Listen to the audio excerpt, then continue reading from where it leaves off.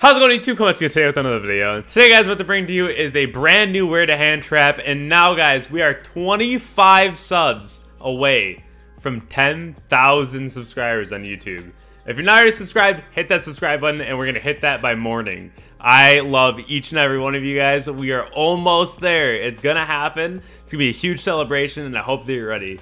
I know that a lot of you really enjoy my Where to Handtrap series, and I love making them because there's so much information out there that a lot of people just can't get their hands on, and I really like to be the avenue that people can really start digesting a lot of the Yu-Gi-Oh content that they can't really find on the normal basis. So today we're going to be revisiting some archetypes that I want to recover because I feel like I might not have been as clear, or I'm going to explain it a little bit better. We're also going to be talking about a couple new things that I want to touch on in the newer decks. They're all kind of the same almost because of the adventure package, but the one base rule I want to lay down for this video is that keep in mind, if they're playing Brave, you may need 2 interruptions. All of these interruptions are based off of if they didn't open their Brave package. So of course, if they did, you're going to need an Ogre for their Griffin, a Ogre for their Faithful, Veiler, an Imperm for their Griffin, whatever you can do to stop that first negate. These are the proper interactions to do your second hand trap with. And again, if they didn't open up Brave, these are the proper interactions to hit on them. So I hope that you enjoy this series because there's a couple newer decks in here that haven't really seen these videos yet. So we're just going to hop right on into the first deck here and talk about the Tenyi Brave deck. Now, this deck can be pretty scary. There's a lot going on with it. The ability to go into the red rows, then go ahead and go into their rocks rows, and then back into their Hulk under a Baron can be pretty not great to go up against, especially when their boards get pretty big. So we're going to talk about, again, even against this deck in particular, you probably will need the second interruption for them because that Baron is there. But without that first negate on the board, whether it be the Brave Engine or the Baron, the first thing I want to talk about is a card that I've wanted to mention for a while now. It has not really been that insane throughout a lot of formats, but No Material. This is a card that we've seen just kind of bump in and out of formats and try to find its way into the game. I really think this card has a lot of potential. It just is one of those things, again, where it can really come in clutch, especially in the early game against Tenyi Brave, even against like base. And I feel like this deck is pretty loosely comparable to the base deck.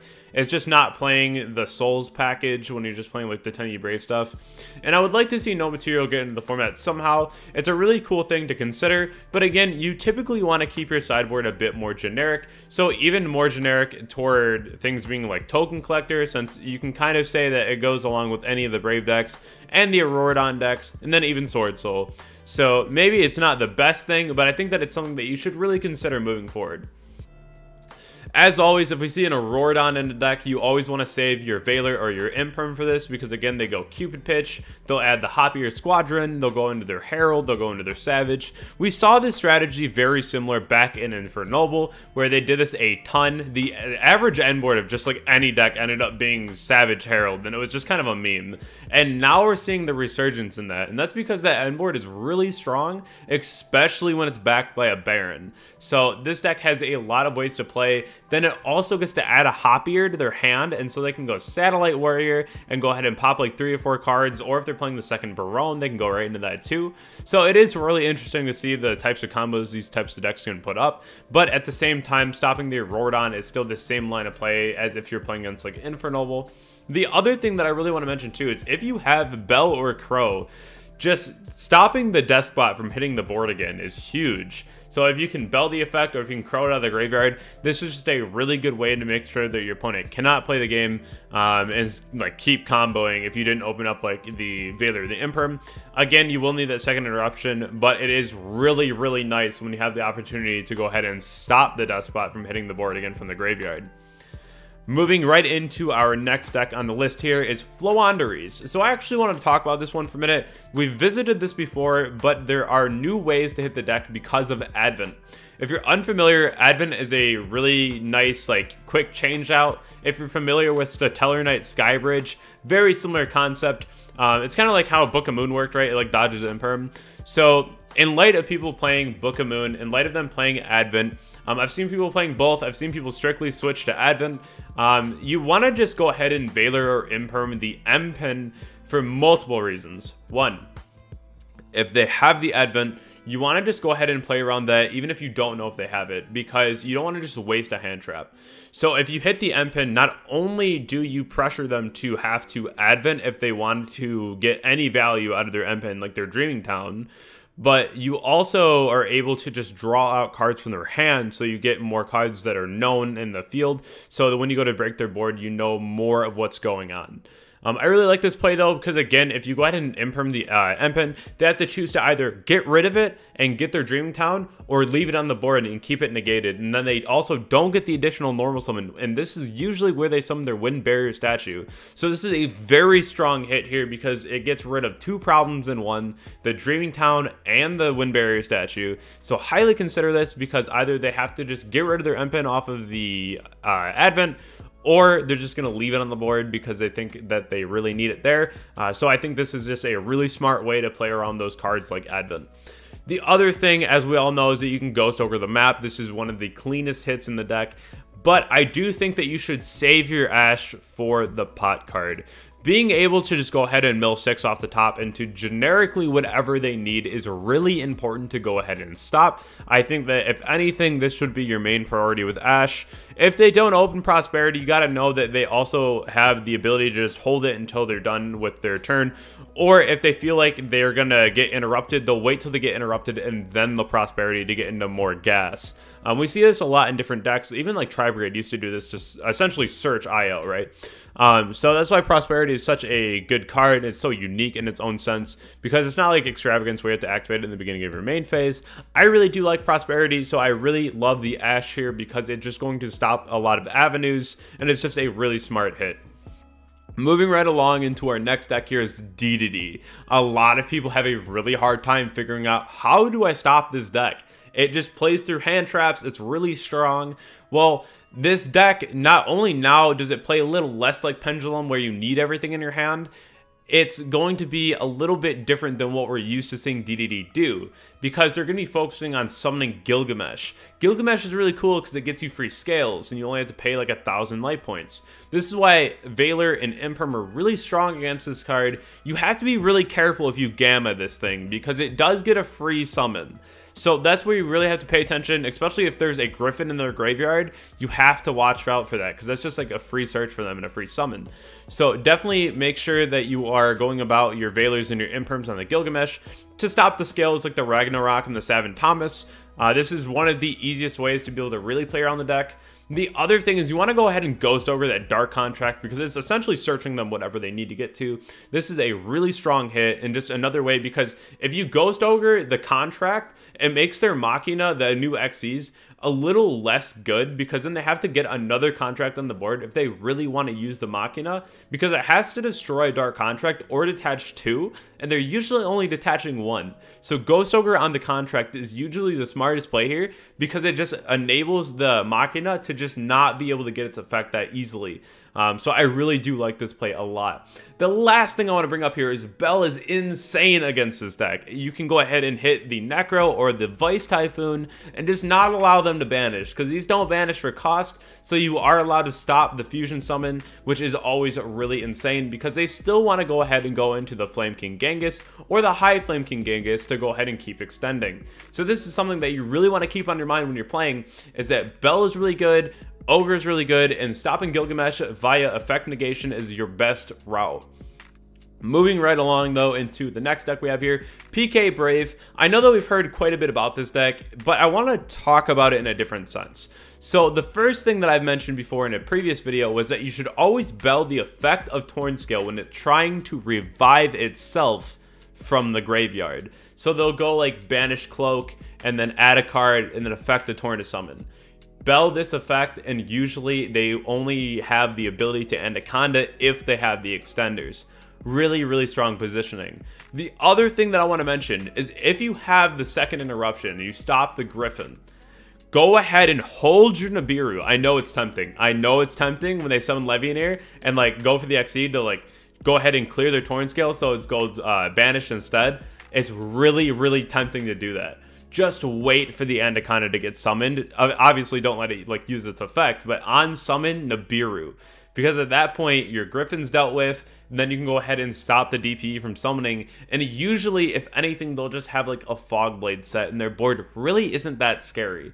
So this is something that you really have to think about whenever you're trying to win the grind game, because the second a DP gets in the game and then they have the Celestial in the graveyard, they start really increasing their grind. So make sure that you are holding that Nibiru.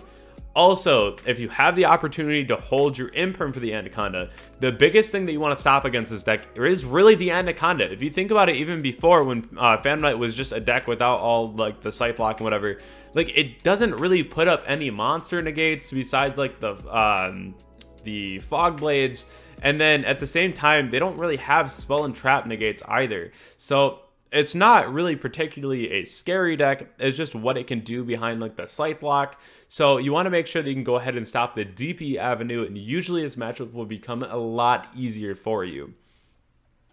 Next up, I have Drytron.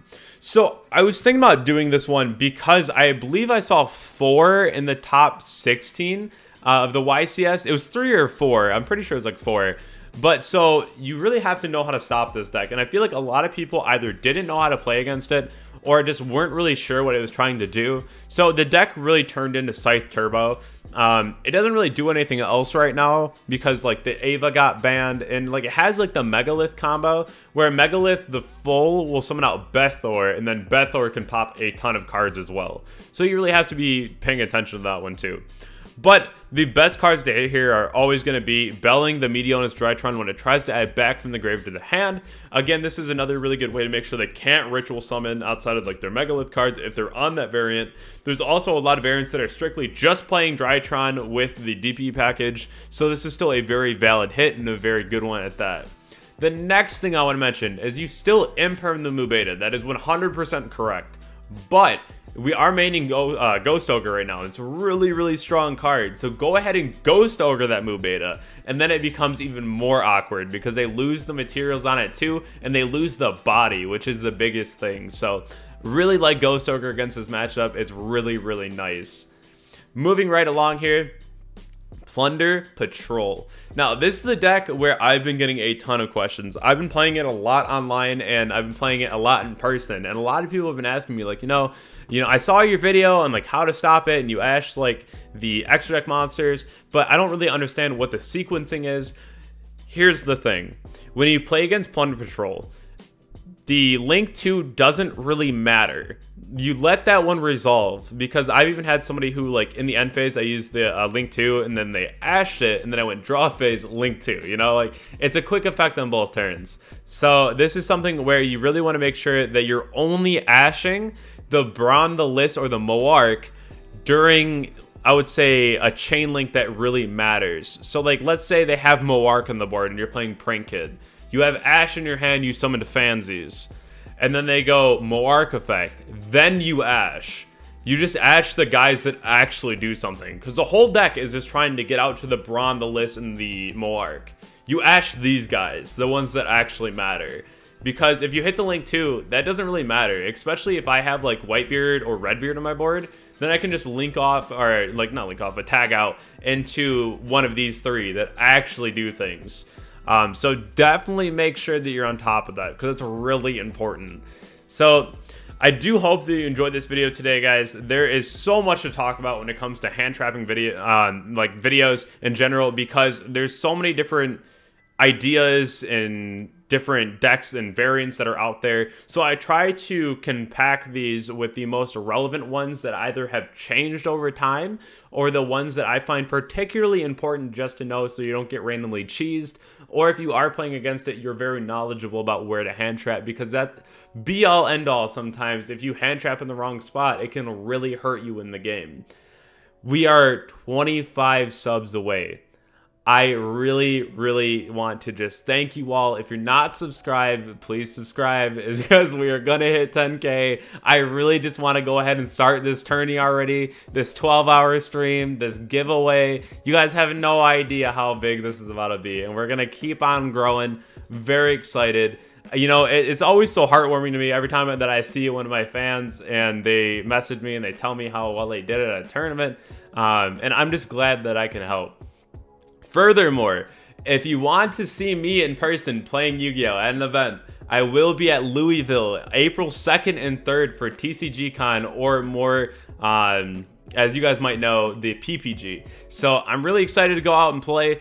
I'm going to be vlogging the entire experience, so it's going to be a great time. But Louisville, April 2nd and 3rd, I would love to see you all there. If you are going, definitely let me know down in the comments below, because I would love to say hello. I'm hopefully going to have some additional field centers on me as well, and I'm going to be signing rays and engages all day. So I hope that you all have a wonderful night, and I'll catch you all in the next video. Thank you all so much.